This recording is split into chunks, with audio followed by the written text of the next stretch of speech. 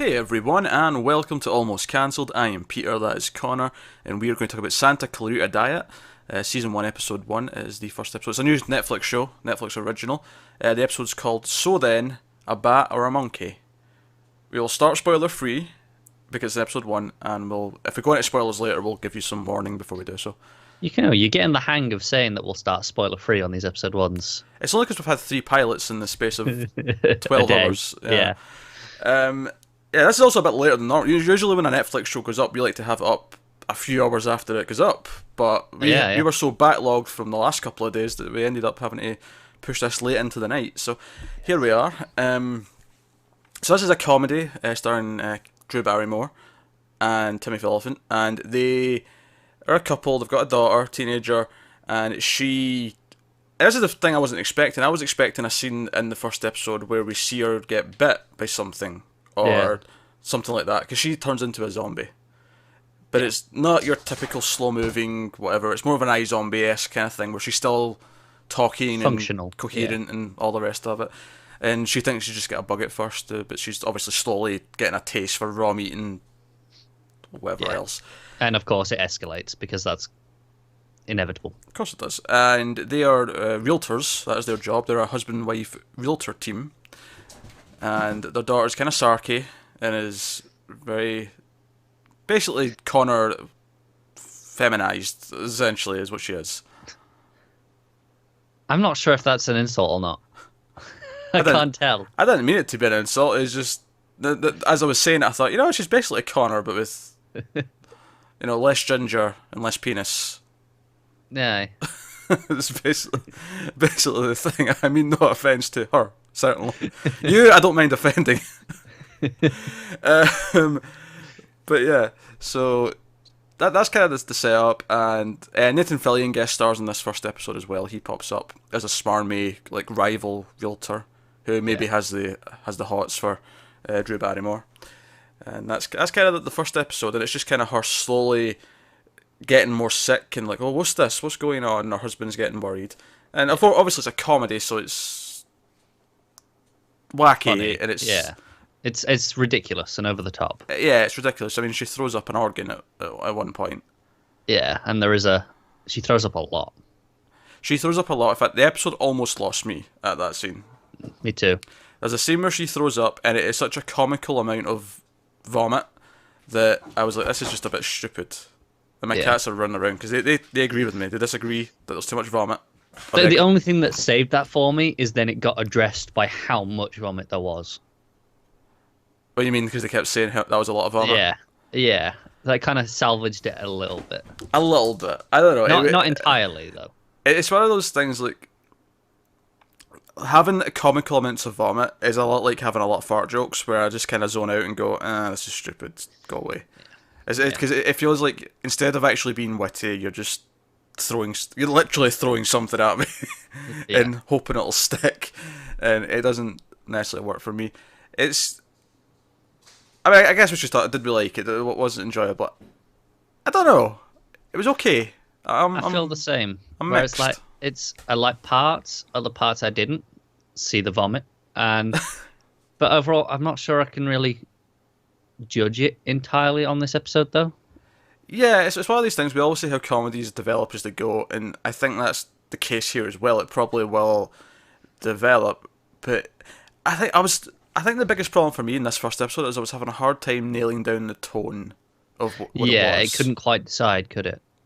It was going for so someone tweeted that as it reminded me a little bit of Brain Dead, and I can kind of see that comparison. But there was also this heftier sort of slapstick side, and then there was this kind of, because they've got the neighbours, and there's this joke where both their neighbours on either side are both cops, but they're from different departments, so they heckle each other outside, and that was fine. But one of the neighbours, their teenage kid, has got a crush on their daughter, and he's like this weirdo nerd who they go to for advice when they think, oh, maybe she's this isn't a regular medical problem. We need someone who's weird to give us an opinion. Yeah. Which the logic there was a little bit weird for me. It was a bit flawed. I agree.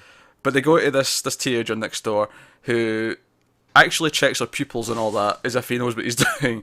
It says a little notepad. Yeah, he's like, yeah, you're dead, but you're also undead, and that's in the trailer. I'm not spoiling the line there, but it's like, oh, she's a zombie, and I don't know. I get what they're doing, but not having anyone react in a normal way. It's very heightened and not. Yeah, but it's not quite landing, is it? It's weird. I think this is what I mean where I say I can't entirely judge it, because I'm not sure it knows what it wants to be in this first episode. But I feel like it might settle into something once it gets to. Once we get all this, what is she, all out of the way, and we just go, okay, this is what it is now.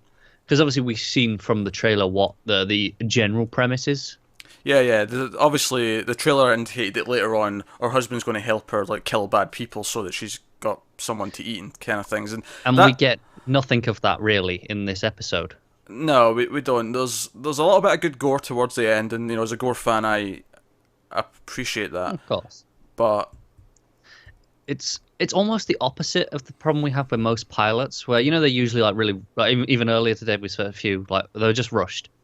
Yeah, we talked about Purposeless and how that felt a bit. That was rushed. Yeah, like just to get to this is the premise by the end of the first episode. Which is funny because this is like 8-9 minutes longer, so you think, this should solve that problem, but they've went too far in the other direction. Yeah, they've gone, it's Netflix. People will go straight on to the next one, so we don't need to. And instead, it feels like at the end of the first episode, I still don't know what the show is. Like I only know because of the trailer. That's what it's supposed to be. Yeah.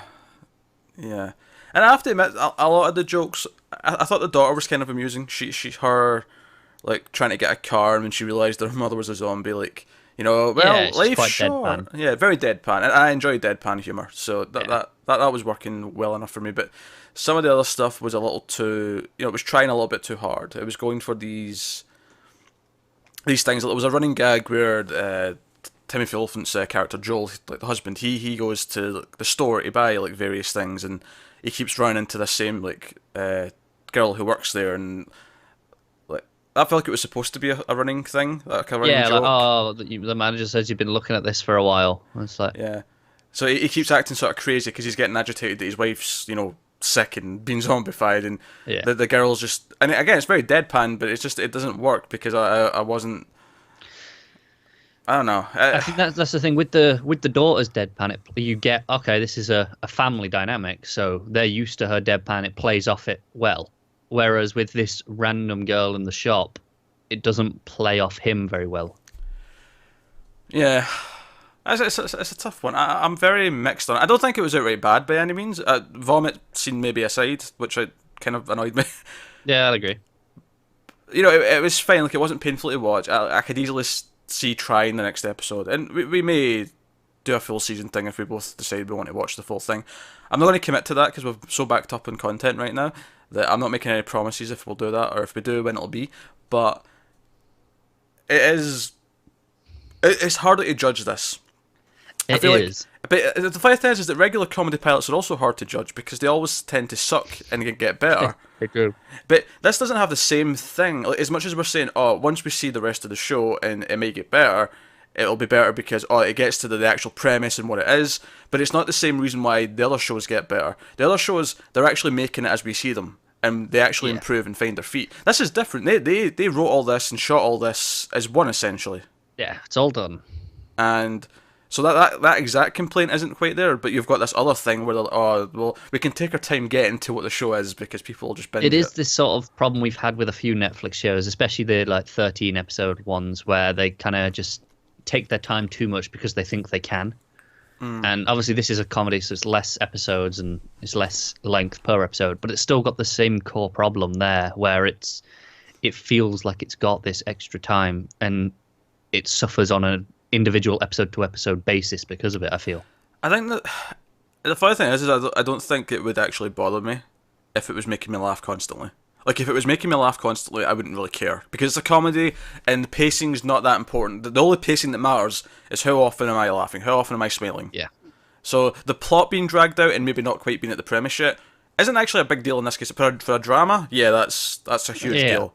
For here, it wouldn't be a big problem if it was making me laugh. But I don't think it was. I was kind of That's why I think it is a bit of a problem, where I feel like most of the laughs are going to come from the actual premise. And obviously, if we're not there, that's an entire episode without that. That worries me though, because for me, a comedy should just be funny because of its characters, Yeah. no matter what they're doing. So the idea that it's only going to be funny when they're actually actively doing the killing stuff. Yeah. Don't get me wrong, like we say, this could get much better after a few episodes. We might come back. Let us know in the comments, absolutely. If you've been watching more of it, does it get funnier, better? Does it find its footing? Let us know, because we are deeply curious to hear that. But just based on one episode alone, which is, again, a very maybe flawed way of looking at a Netflix show. But at the same time, people will try this first, and if they don't like episode 1, they might not watch episode 2. They'll just say, nah, I'm good. And yeah, you've got to be able to hook people on one episode, Netflix or not. Just because the rest of it's there doesn't mean anyone's going to care enough to try it more than once. They're banking people like you, Connor, who doesn't have the energy to reach for the remote control to stop it from automatically playing the next one. That's what they're banking on. They really are. And that's no excuse, frankly. There's, your first episode has to be good enough that I want to just let it go on to the second episode. And after this, I don't really. I mean, it's like, maybe I'd watch the second one at some point, but I don't want to watch it right away. Yeah, because it does end on a kind of a cliffhanger, that it gets kind of, like I said, I mentioned there was gore, it gets kind of violent for the first time at the end of the episode, and I don't know, I felt just kind of detached. Like I wasn't, here it escalates now, I'm excited about this. Well, that's the thing, even the gore, like, while it was good gore, it wasn't anything funny about the scene. No, it wasn't. It almost went against the comedy that they were kind of going for. Yeah, it was really weird. I don't know. I wonder if Drew Barrymore is kind of a weird casting choice for this, or the way she's playing the roles kind of off. Maybe. I don't know. I mean, I get that they're going for the whole it's more like a woman having cravings when she's pregnant, and that's what they kind of play it as.